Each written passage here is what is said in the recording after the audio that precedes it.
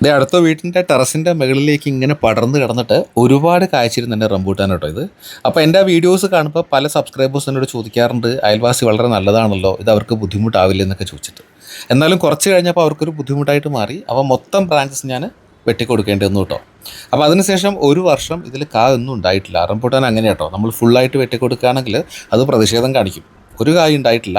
എന്നാൽ ഈ വർഷം ഇത് വളരെ നന്നായിട്ട് കായ് ഉണ്ടായിട്ടുണ്ട്. ഒരുപാട് കായ്കൾ നിറഞ്ഞു നിൽപ്പുണ്ട്. അപ്പോൾ നിങ്ങളൊന്ന് കാണിക്കാമെന്ന് വെച്ചു. പലരും ഇതിൻ്റെ അപ്ഡേഷൻ ഇതെന്തായി എന്നോട് ചോദിച്ചിട്ടുണ്ട്. കാരണം വെട്ടി മാറ്റിയപ്പോഴുള്ള വീഡിയോ ഞാൻ കാണിച്ചിട്ടുണ്ടായിരുന്നു, അതുകൊണ്ടാട്ടോ. അപ്പോൾ ഇത്തവണ അത്യാവശ്യം മഴയൊക്കെ ഉണ്ടായെങ്കിലും അധികം കായ് കൊഴിച്ചിലൊന്നും ഉണ്ടായിട്ടില്ല, വലിയ കേടൊന്നും ഉണ്ടായിട്ടില്ല. നിറച്ച് കായ്കളുണ്ട് കണ്ടല്ലോ.